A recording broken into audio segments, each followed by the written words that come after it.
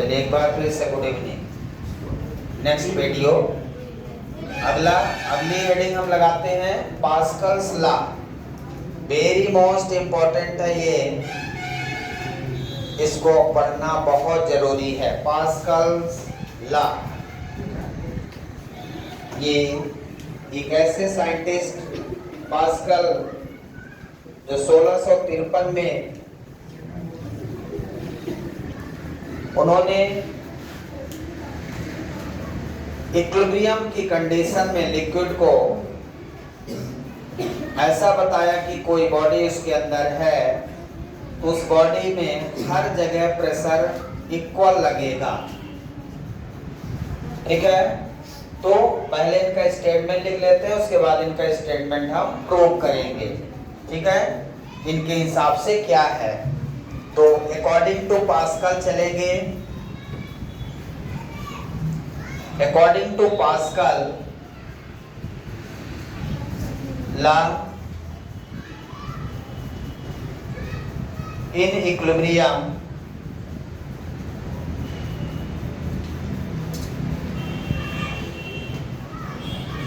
according to Pascal's law in equilibrium the pressure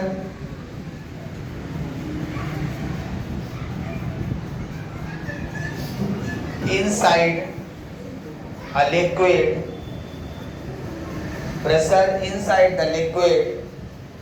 remains the same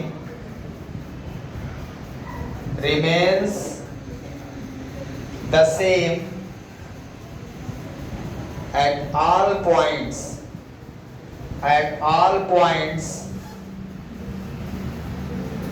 pressure remain the same at all points provided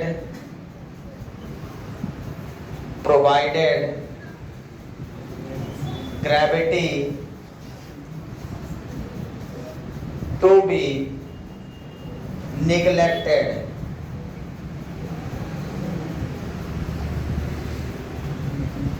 क्या statement आपने लिख लिया? According to Pascal's law in equilibrium the pressure inside a liquid remains the same at all points provided gravity to be neglected. इनका क्या मतलब है?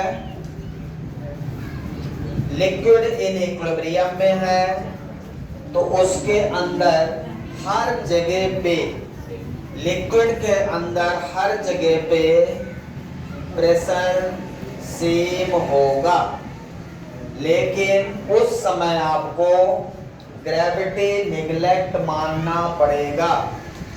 Provided gravity to be neglected, यदि gravity को निगलेक्ट मानते हैं तो इक्विलिब्रियम कंडीशन में प्रेशर हर जगह समान होगा, सेम होगा, इक्वल होगा। इसे हम प्रूव करते हैं। ठीक है, इसे हम प्रूव करेंगे कि पास्कल ने क्यों ऐसा बोला और कैसे बोला। क्लियर है सभी को? आइए प्रूव करें। सबसे पहले एक कंटेनर लेते हैं, उस कंटेनर में लिक्विड इन इक्विलिब्रियम की कंडीशन रखते हैं। इक्विलिब्रियम का मतलब लिक्विड किसी कंटेनर में भरा है और रेस्ट में है तो वो इक्विलिब्रियम कंडीशन में कहलाता है। ये हमने लिक्विड फिल कर दिया यहाँ पे।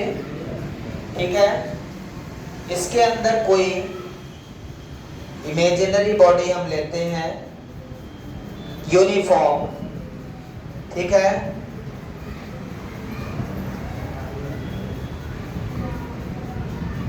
ये इसमें जो फोर्स लगेगा हमेशा इस तरह से, ये O1 एंड ये O2, O1 एंड O2। ठीक है, इस एंड पे जो प्रेशर है वो P1 है, इस एंड पे जो प्रेशर है वो P2 है। इस एंड तरफ जो फोर्स लग रहा है वो F1 है, इस एंड तरफ जो फोर्स लग रहा है F2। ठीक है, डायग्राम कंप्लीट करें, कर देते हैं। यहाँ पे इस पॉइंट पे प्रेशर और इस पॉइंट पे प्रेशर लिखते हैं। Pressure in end one, end one पे प्रेशर कितना होगा? P1 equal to F1 by A, P1 equal to F1 by A, तो F1 equal to P1A, F1 equal to कितना हो जाएगा? P1A। Similarly pressure in end O2, O2 इधर है, तो यहाँ पे क्या हो जाएगा प्रेशर? बोलिए P2 equal to F2 by A, क्योंकि यूनिफॉर्म है, तो F2 इक्वल टू कितना हो जाएगा? P2A। Second equation, F2 equal to P2A।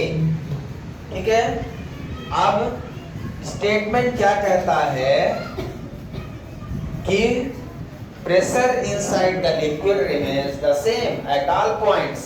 इसका मतलब ये मैंने यहाँ P1 माना है, यहाँ P2 माना है, तो P1 इक्वल टू P2 आ जाए तो प्रेशर हर जगह सेम होगा। मतलब यहाँ पे हर जगह बॉडी में प्रेशर क्या रहेगा? सेम रहेगा। यदि ऐसा होता है तो पास्कल का स्टेटमेंट सही है। अब यदि लिक्विड इक्विलिब्रियम में है, इक्विलिब्रियम अवस्था में, तो कोई भी बॉडी यदि आप उसके अंदर डालते हो तो इक्विलिब्रियम अवस्था में यदि है तो उस बॉडी में हर जगह फोर्स समान लगेगा। फोर्स तब अनबैलेंस हो जाए, क्योंकि ग्रेविटी देखिए निगलेक्ट कर दिया हमने अभी। यदि ग्रेविटी प्रेजेंट है तो ग्रेविटी तो कहीं ज्यादा कहीं कम, इधर ज्यादा लगेगी इधर कम लगेगी ग्रेविटी। लेकिन यहाँ पे पास्कल ने कहा कि ग्रेविटी निगलेक्ट है। यदि ग्रेविटी का इफेक्ट नहीं है तो बॉडी में हर जगह फोर्स इक्वल होगा। लेकिन ग्रेविटी यदि प्रेजेंट है तो फिर जो अर्थ के पास वाला टर्मिनल है उधर ग्रेविटी ज्यादा, जो ऊपर है उधर कम।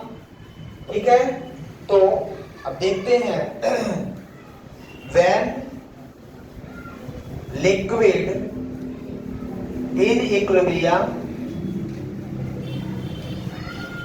then F1 equal to F2। यदि लिक्विड इक्विलिब्रियम में है तो F1 इक्वल टू क्या हो जाएगा?